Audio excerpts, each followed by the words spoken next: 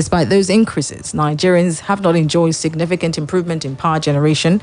Instead, they grapple daily with epileptic services from the electricity distribution companies, the DISCOs, and unilateral exploitation in the name of estimated billing arising from non-metering of over 50% of consumers.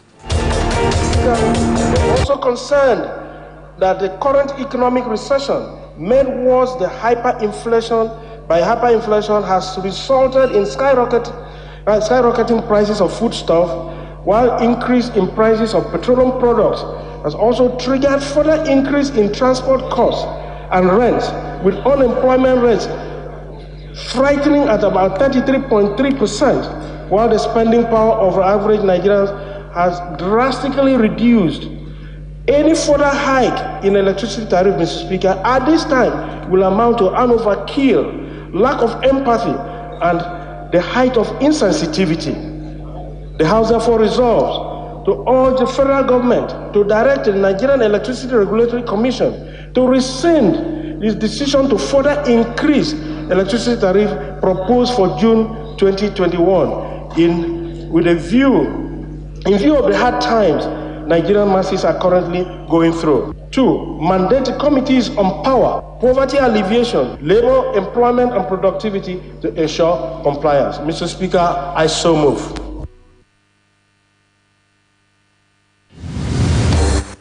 The Nigerian National Petroleum Corporation, NNPC, yesterday said state governors do not run the affairs of the corporation, stressing that negotiation to determine a new pump price of petrol was still ongoing between the organized labor and the federal government. It added that there was no official announcement of any price hike for the product. Kaduna State Governor Malam Nasir El-Rufai was yesterday quoted as saying that there was a recommendation from the Nigeria Governors Forum that petrol should sell for between 380 naira and 408 naira per litre.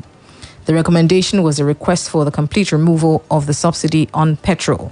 With the removal, the product would be at the mercy of demand and supply.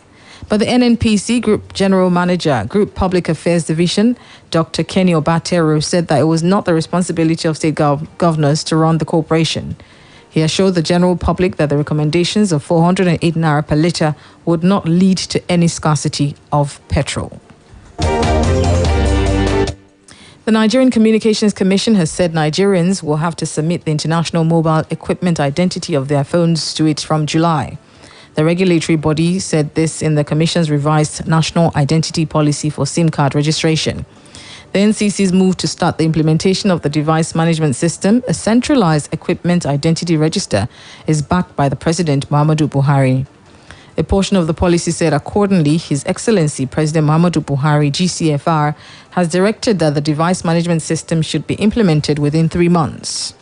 The NCC said with the aim to curtail the counterfeit mobile phone market, discourage mobile phone theft, enhance national security, protect consumer interest, increase revenue generation for the government, reduce the rate of kidnapping, mitigate the use of stolen phones for crimes, and facilitate blocking or tracing of stolen mobile phones and other smart devices.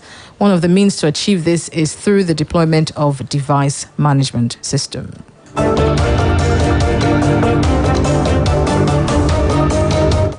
Now, the federal government has set up a 10-man committee to resolve the impasse between the Kaduna State government and the Nigeria Labour Congress.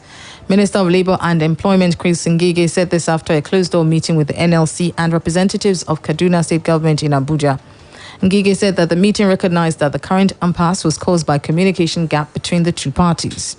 He said that the meeting resolved to constitute a bipartite committee comprising 6 representatives of state government and 3 officials of the NLC.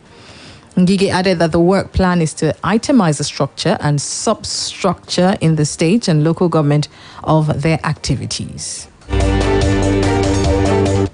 And the National Insurance Commission, NICOM, and the Federal Ministry of Transportation is to collaborate to ensure adequate insurance for road transport owners and users within Nigeria and ECOWAS member countries.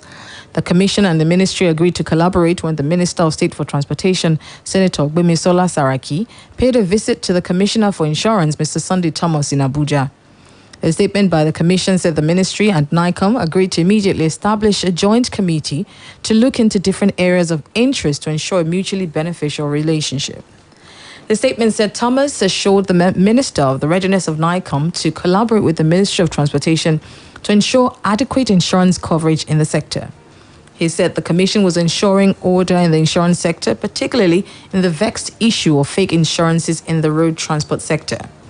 The Commissioner disclosed that NICOM had developed technology for verification of insurance policies. Now, the federal government has commenced dialogue with the World Bank to secure a $75 million loan to provide water in communities nationwide.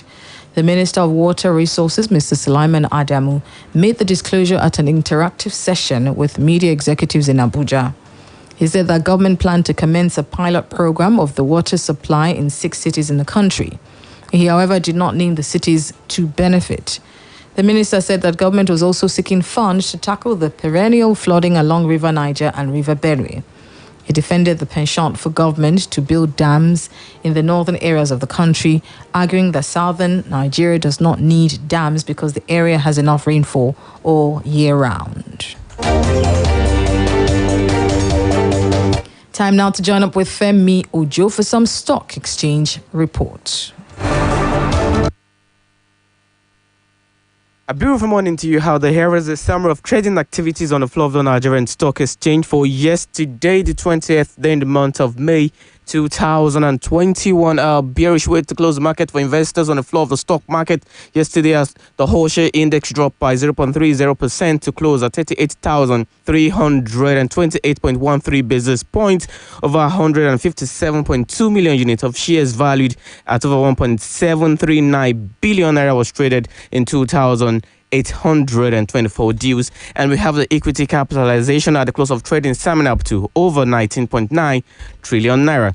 A look at the top 3 gainers for yesterday's trading. We have Trans Express topping the gainer, Spark gain 8 kobo to close at 89 kobo, Prestige gain 3 kobo to close at 49 kobo, and Champs gain 1 kobo to close at 22 kobo. For the decliners, we have Sonashore losing 5 kobo to close at 47 kobo, Royalist lost 7 kobo to close at 68 kobo, and Regalins lost 3 kobo to close at 34 kobo. For the major players, we have Zenith Bank topping that pack, trading over 27.5 million units of shares. Access traded over 19.6 million units of shares. FPN Holdings traded over 13.4 million units of shares. Guarantee traded over 11.9 million units of shares. And Veris ASCAP traded over 10.4 million units of shares. That was a summary of trading activities on the floor of the Nigerian Stock Exchange for yesterday, the 20th day in the month of May 2021. Join me on Monday when I bring you the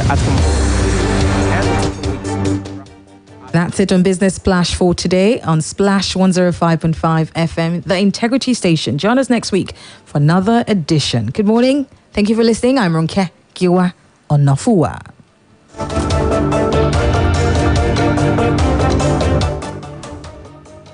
Quick, charge at 240. Hot news,